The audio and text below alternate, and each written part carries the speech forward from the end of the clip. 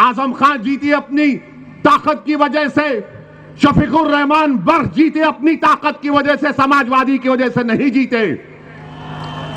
आपने वोट दिया आजम खान को, शफीकुर रहमान बर्क को, एसटी हसन को, मगर ये बोलेंगे नहीं नहीं हमने जिताया। रे तुम कहां जीते?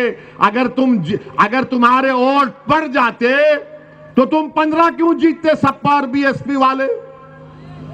अगर अखिलेश जीते आजमगढ़ से तो मुसलमानों के वोटों की खैरात की वजह से जीते बहसते सांसद। मेरे अजीज दोस्तों और बुजुर्गों, ट्रिपल तलाक का कानून लाया गया, क्या तकारीर हुई समाजवादी पार्टी की तरफ से?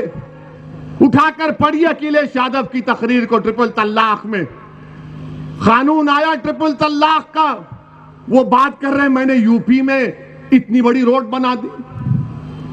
कानून बन रहा ट्रिपल तलाक का, बोले कि मैं तो वो रोड बनाया, कानून पे नहीं बात किए, पतली गली से निकल गए बच के।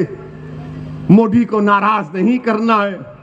मुझ पर और हमारी जमात पर इल्जाम क्या 2019 के लोकसभा के चुनाव से पहले जनाब मुलायम सिंह यादव साहब ने पार्लियामेंट में खड़े होकर नरेंद्र मोदी को आशीर्वाद दिया और कहा कि तुम दोबारा देश के प्रधानमंत्री बन जाओ।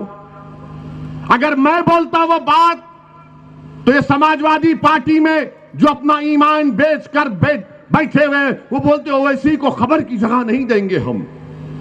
मगर मुलायम सिंह यादव ने कहा मोदी मैं तुमको आशीर्वाद देता हूं, तुम दोबारा प्रधानमंत्री बन जाओ, तो नरेंद्र मोदी खुश होकर नमस्ते कर दिए उनको खड़े होकर।